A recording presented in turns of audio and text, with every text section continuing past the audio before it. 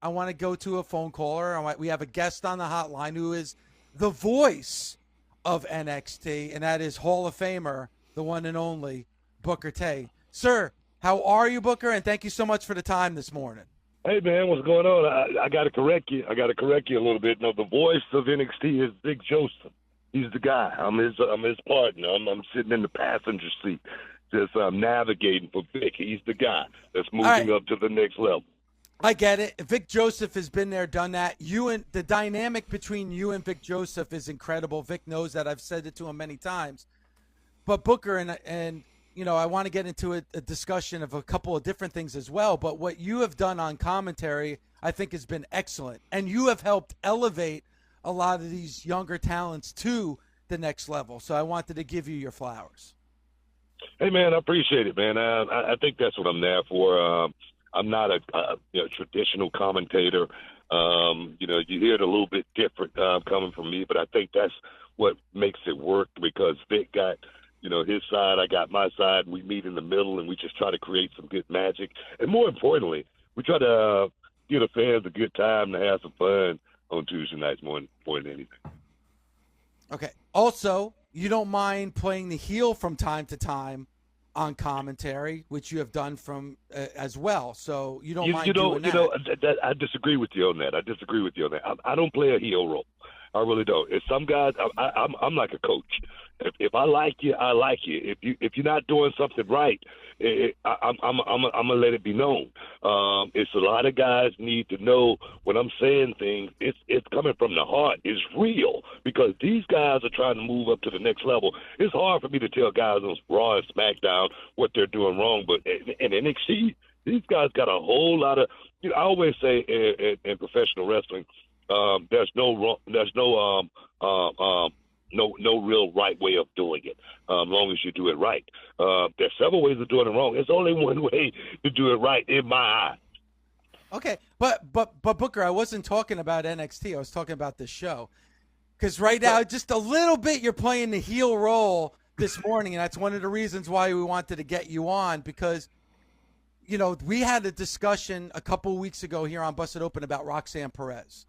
And I believe that Roxanne Perez is ready to go to the next level. I think she's main roster ready. I think she's accomplished everything that she could possibly do on NXT. And I look at her as somebody that is main roster ready. It was a show with Tommy and Bully as well. And both of them were in agreement with me, but they don't want to see Roxanne Perez move to that next level or move to the main roster unless there's a story or a place for her, on that main roster. Because we've seen from time to time, Booker, where NXT talent will move to the main roster, but if there's not a story and there's not a place, they could get lost in the sauce. And I just wanted to get you on this morning to kind of have that discussion about Roxanne Perez.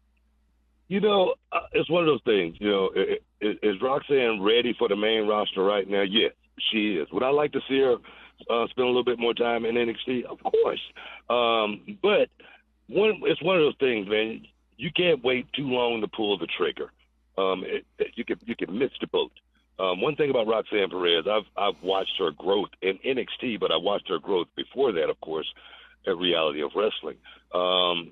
She's been doing this since she was 16 years old, and I challenge anyone to tell me, how many when they saw a bad match of Roxanne Perez. They haven't seen any bad matches of Roxanne Perez. I've watched her growth on the mic as well, just because I sit there and I know what the script is. I know exactly what she's supposed to say. And a lot of times she may find herself not saying exactly what she's supposed to say, but it was right. That you feel what I'm saying? That's what I'm talking about. There's no wrong way of doing it as long as you do it right. That's what Roxanne Perez brings to the table at such a young age. So I say nothing. I was just jabbing at Bully, of course. But is Roxanne Perez ready for the next level? I think so. I said the same thing about Braun Breaker. I said, is Braun Breaker ready for the main roster? I said, yes, he's ready for the main roster. Would I want to see him spend a little bit more time in NXT? Yes, I would. But they pulled the trigger on him, and look at the kid now. Look at what he's doing now. Hi, Booker. It's your good friend, Bully Ray. I knew you were somewhere in the wings. I'm just wait. So you just said you took a little jab at me. Okay. And I'm Yeah, glad of you course, called in this morning, and I appreciate you calling in so we can discuss this, because I do want to clear the air with you about something.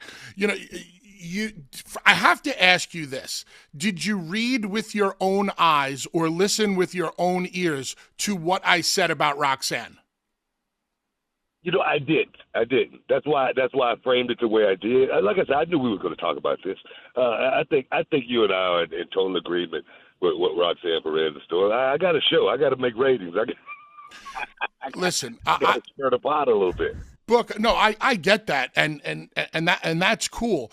But when what I said was specifically, and I constantly put Roxanne over on this show, and I don't need to justify who I put over and who I don't put over, but out of respect for you and your student, I do put her over all the time. The very specific question was, is Roxanne Perez ready for the main roster? And what I said is, I only want to see Roxanne go to the main roster if they have something definitive for her, because I've seen other talents go up there when they don't have something, and it can be disastrous. Now, you bring up Braun Breaker. That was somebody who it has worked out for, but there are plenty of talents that it doesn't work out for. So they could be like in love with Roxanne right now.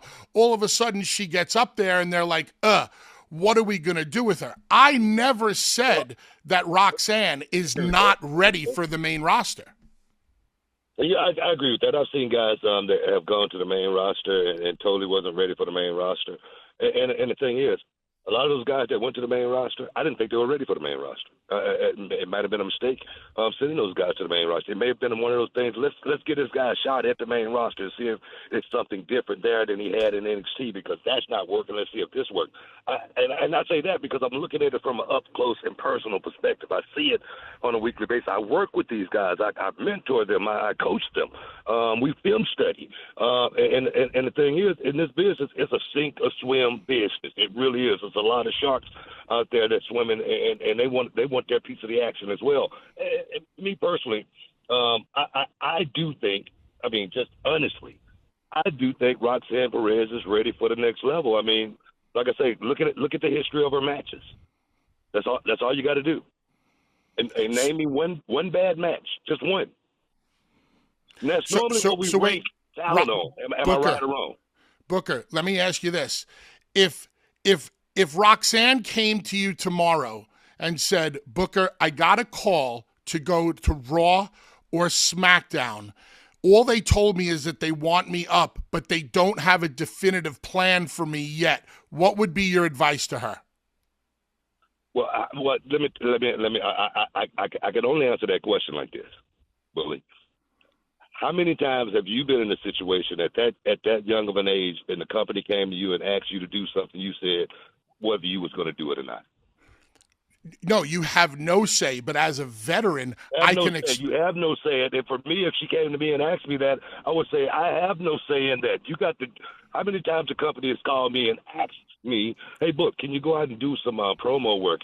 That was a question, of course, but that really wasn't a question. Because I work for the company, and my ass got to get up and go where they tell me to go when it's time for me to go. That is completely true, but she has to answer like that. Us as veterans know better that if they don't have something definitive for her, no matter how good she is at such a young age, she could fall between the cracks. And that was my entire point.